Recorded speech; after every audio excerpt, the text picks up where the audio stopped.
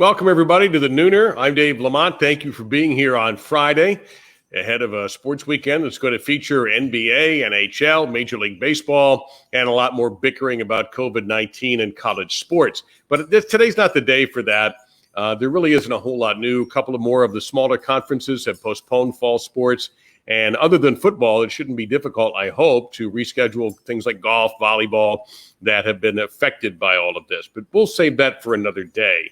There's a bunch of things I want to do today that I'm kind of excited about talking to you about.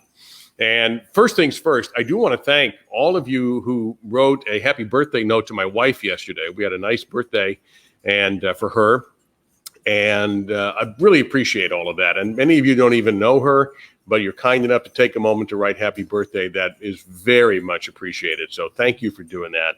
Very, very kind of you. As I peek down to look at something here on Facebook real quick. So I know she's appreciative, and I know I am very, very appreciative of that as well. So thank you for doing that. One weird thing, though. We did go to a restaurant in Fort Lauderdale. This is the first restaurant we've been to since Father's Day. And since the pandemic started, we've only been to 3 where we've actually sat down and eaten. And they've all been occasions. One was our wedding anniversary at the end of May. Then we went Father's Day, and then we waited from Father's Day till yesterday to go to a restaurant. And for those of you who are really worried about college football causing a spread of COVID-19, perhaps you should look at restaurant behavior. Not the staff, because they followed every protocol known to man. They even seated us in a socially distant manner. They asked us to sit together in a booth, and we're a couple. We've been, so that's not a problem, because in case they filled the other booth, there would be a gap in seating. They did everything the way you want them to do it. The paper menus, the wrapped up silverware, hand sanitation stations everywhere. It's the people who are eating there.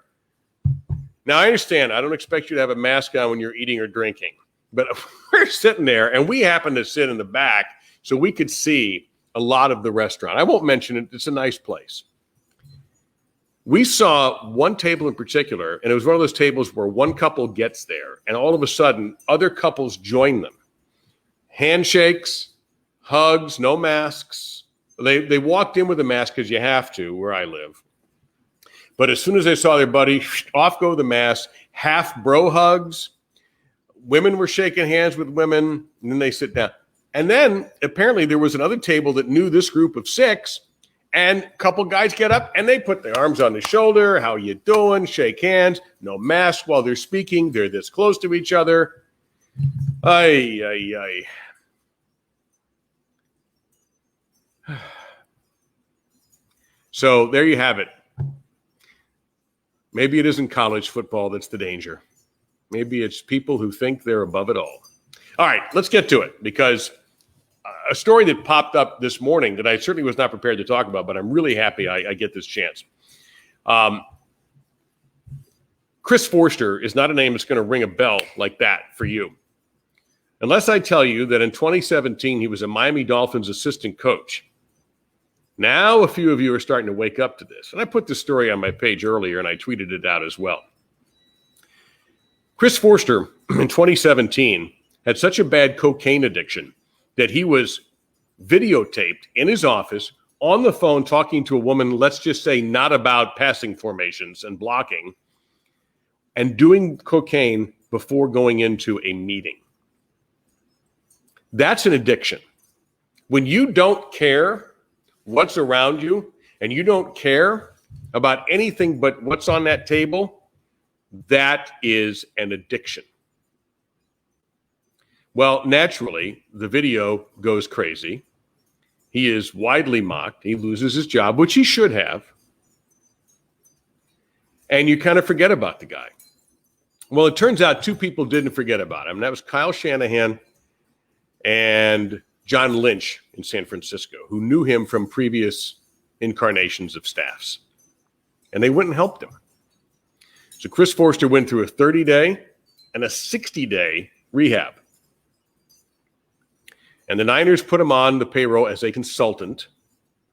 And the news came out today that he is now listed as a full-time offensive assistant coach. And I'm really happy about it. Because we all deserve second and sometimes even third chances. Even the guy who did something that was against the law and who obviously had a terrible addiction. The other thing your article pointed out today was that he has been for the last 2 years either attending, or I assume now virtually attending, 12-step meetings every day, 7 days a week. He's doing everything he can to avoid a relapse. And he was given a second chance. Life is about these other opportunities you get. In your life, unless you are just crazy perfect, you've needed a second chance from somebody, whether it's in your personal life or your professional life. I've needed them. I might need another one. Maybe a third chance. You have to hope that somebody is looking out for you. You have to hope that somebody will give you that lifeline, or you have to dig and dig and dig your way out of the hole and take that second chance. Try to go fight for it. And that's what Chris Forster did. This kind of addiction isn't worth joking about. It could have cost him his life. But he fought through it somehow with some help, because somebody was willing to offer compassion, which is not a popular word anymore, and reached out to Chris Forster and said, we'll help you, but you have to help yourself. And so far, it seems he's doing that. I seriously doubt that the Niners put him on staff because they thought he would relapse. Do they worry about it? I'm sure he worries about it. And I know people who have gone through addictions and have come out on the other side, on the right side, and are still clean to this day. And I applaud that. I always joke around that my biggest addiction is peanut butter and sweets. Oh, ha, ha, ha, that's funny. And it might put a couple of extra pounds on me, but it's not an addiction where you have to go to treatment. It's not an addiction that could potentially snuff my life out in a second, like cocaine can, potentially. Ask Len Bias's family that one.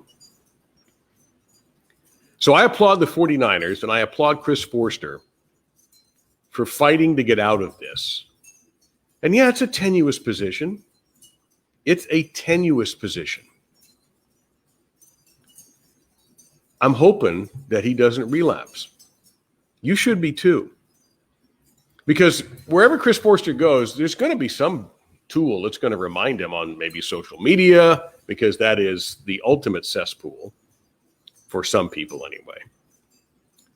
The people who don't have the courage to say something to his face will just grab their little Twitter phones and go, you're cocaine, because they're horrible people. So I'm rooting for Chris Forster. I hope you are too. I'm hoping that, and in a weird way, I kind of hope I never hear about him again. I hope that his name just sort of disappears and he just becomes one of those assistant coaches you see occasionally, when you're watching a game, and maybe his name pops up, maybe it doesn't. But if he can be an anonymous assistant coach for the rest of his NFL career, that's an incredible achievement from where he was a few years ago.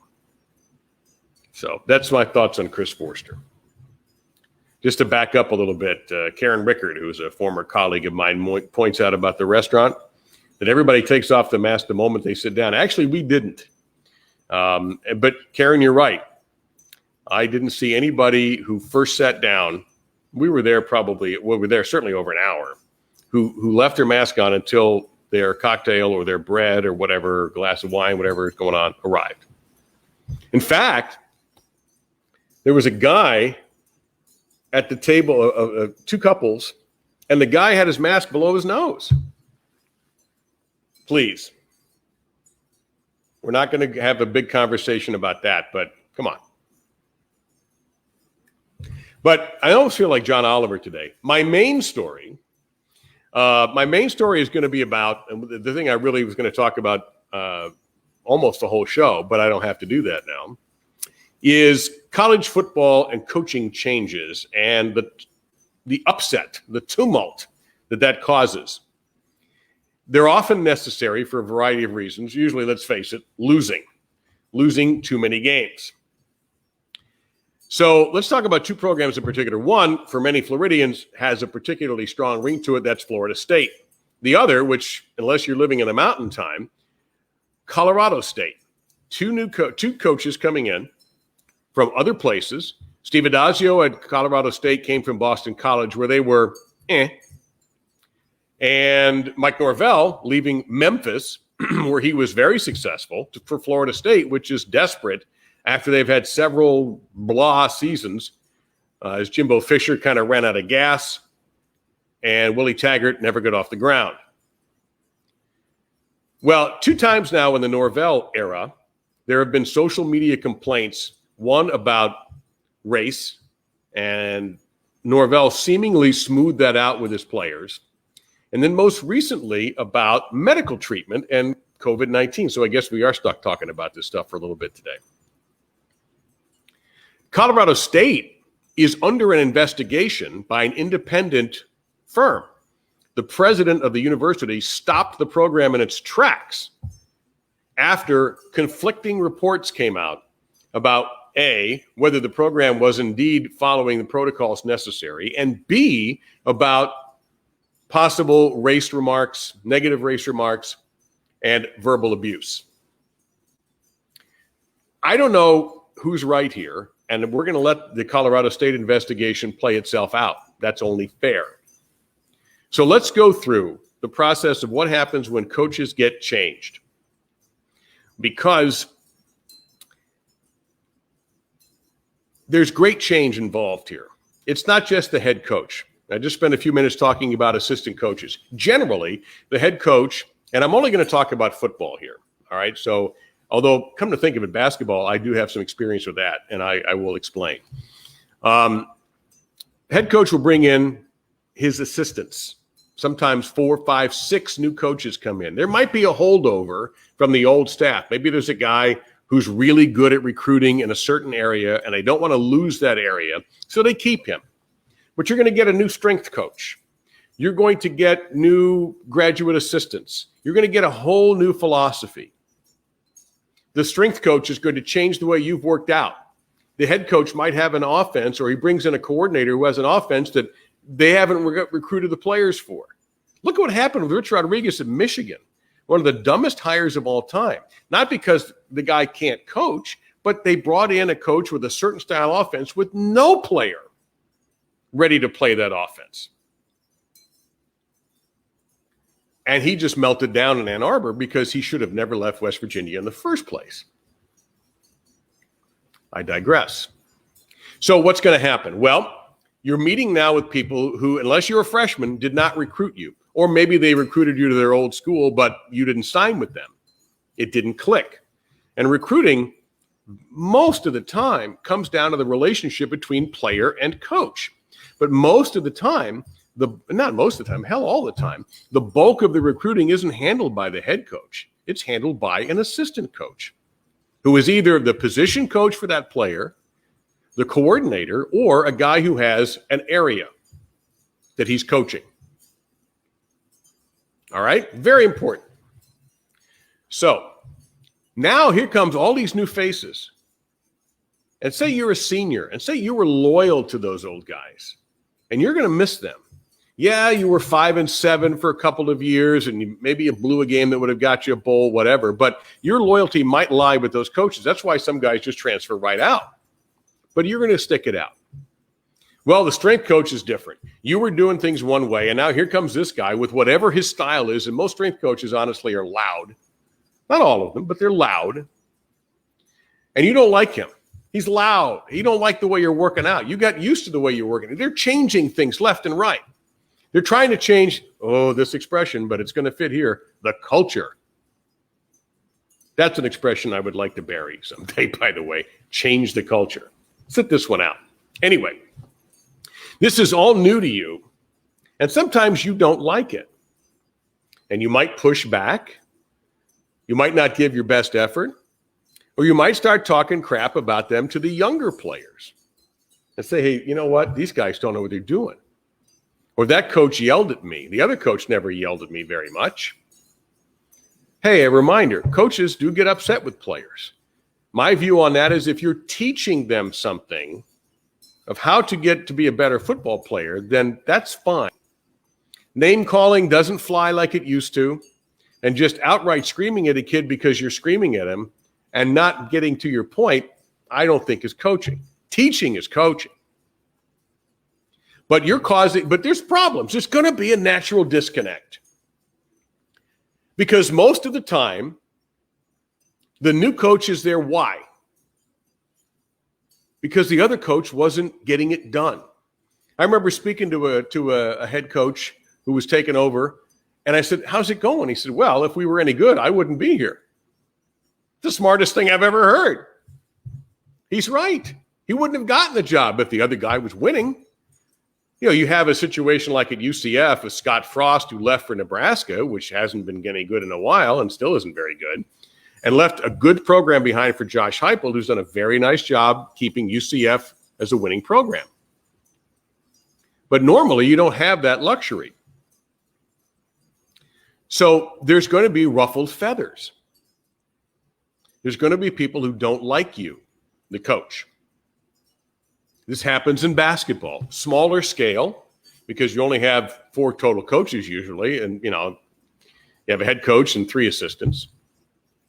And a strength coach may stay there because maybe the AD wants him to stick around. But we just talked about Texas Tech women's basketball a little while ago. Look at the upset they had. They brought in a coach who won at 2 other schools, turned programs around, went to Texas Tech to do the same thing, and got fired for being abusive. Now, was she always abusive? And if so, why didn't we know this? Why didn't Texas Tech know this? It's a good question. And by the way, the coach-player disconnect works both ways. I will die on the hill of keeping this secret. But I had 2 very frank conversations, my analyst and I, with basketball coaches last year. One guy said about his best player, "I can't wait till he leaves." And another guy talked about how he felt his players had grown soft, had tuned him out, and he, if the season ended without them doing well, okay. I'm paraphrasing, and I'm taking some of the F-bombs out, but coaches get frustrated too. And in basketball, it only takes one guy potentially to screw things up. Football, it's going to take more than that. So there's another part about this that in the case of the basketball players did not happen. But in the case of disgruntled or upset football players did happen.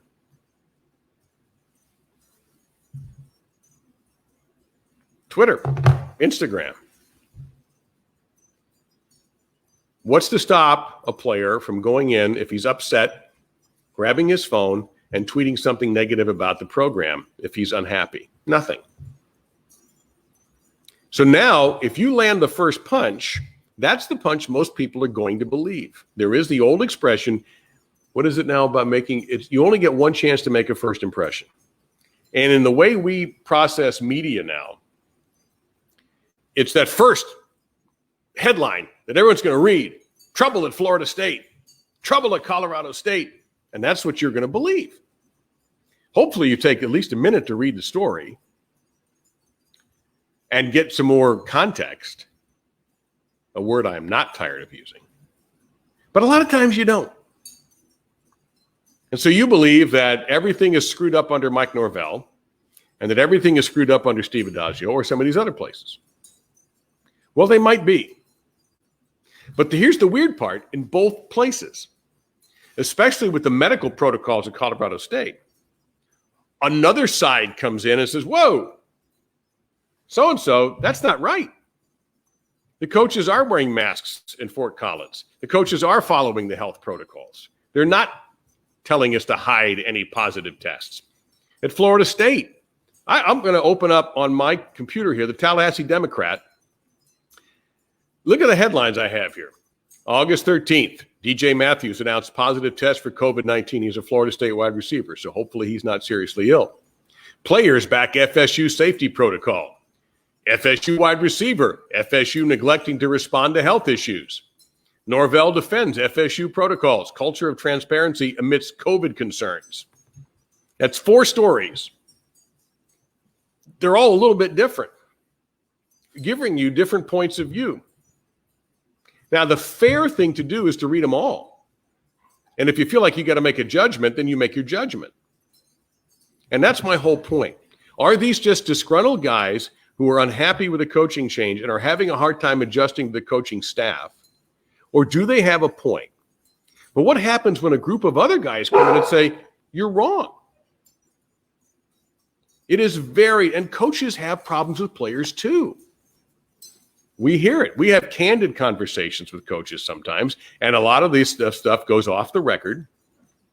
But he'll say, hey, so-and-so is the biggest pain, and he's supposed to be one of my leaders. And by the way, it's almost always seniors, because if the program isn't successful and they're looking at another year of losing, they might be a little bit bitter.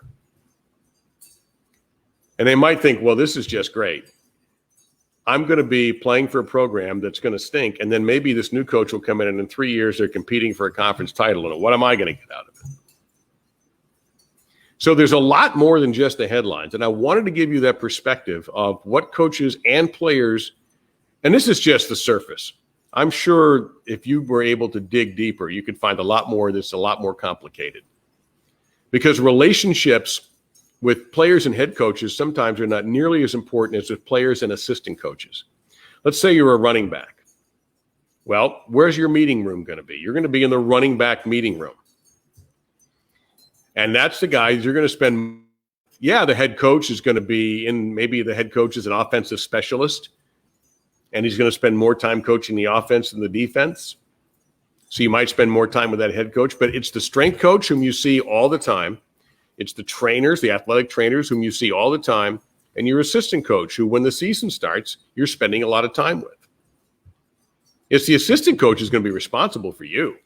If you're trolling around and not going to classes and staying out late and causing trouble on or off campus, that assistant coach is going to catch hell from the head man. So it's good to have that solid relationship.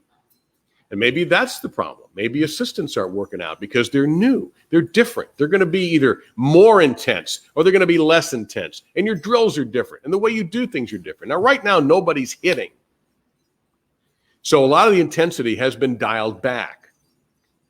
If we ever get to the point where we play games, whomever is going to play, and they have to start hitting with practices, then we're going to find out more about your coaching staff. How intense are they? How intense will they allow the hitting? So there's just so much more to it than grabbing a headline off Twitter or Instagram or wherever you get your news. And I wanted to get that out to you because I think that's important. You know a little bit of the backstory that goes on here, that it's complicated. Like anything new, they bring in a new boss to your office. If you go to a new dentist, if you go to a new doctor and you say, well, so-and-so didn't do it like my old doctor did.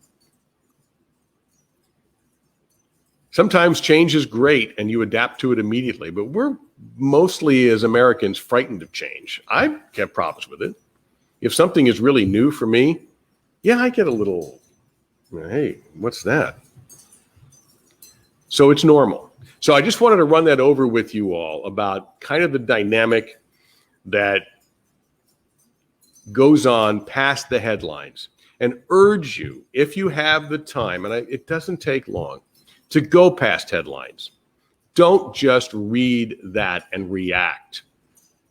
Take a minute and get the depth of the story.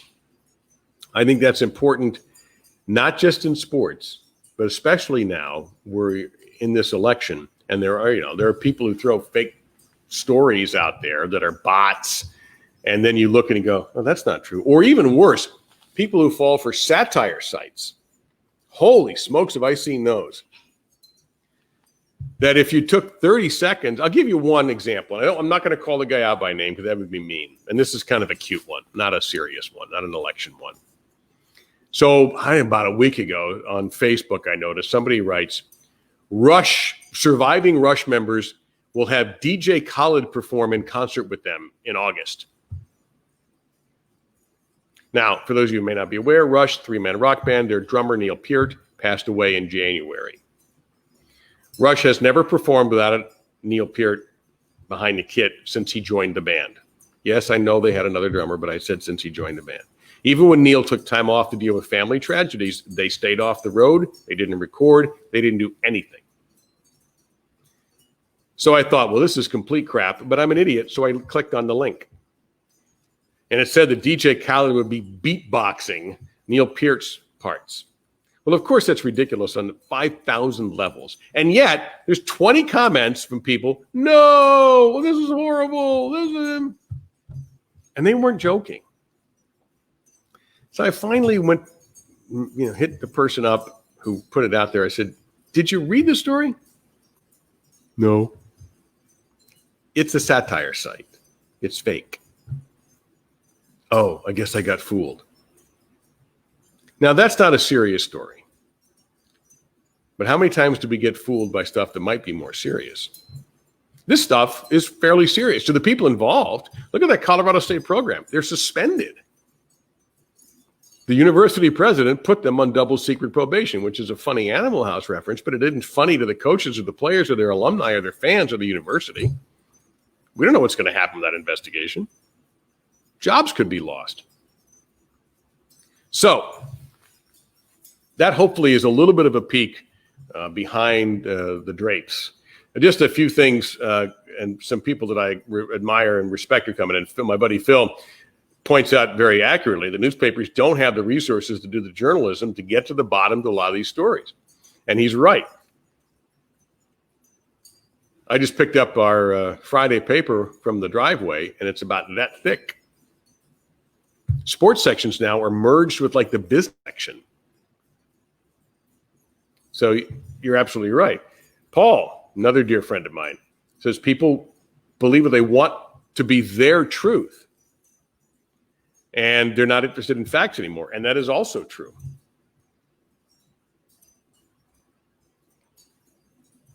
Hurricanes are a good example of that. Not the hurricanes, hurricanes. Oh, it's not coming? Oh, great. Woo! Or, oh, God, it's coming, it's coming. And then 5 days later, it's 500 miles away.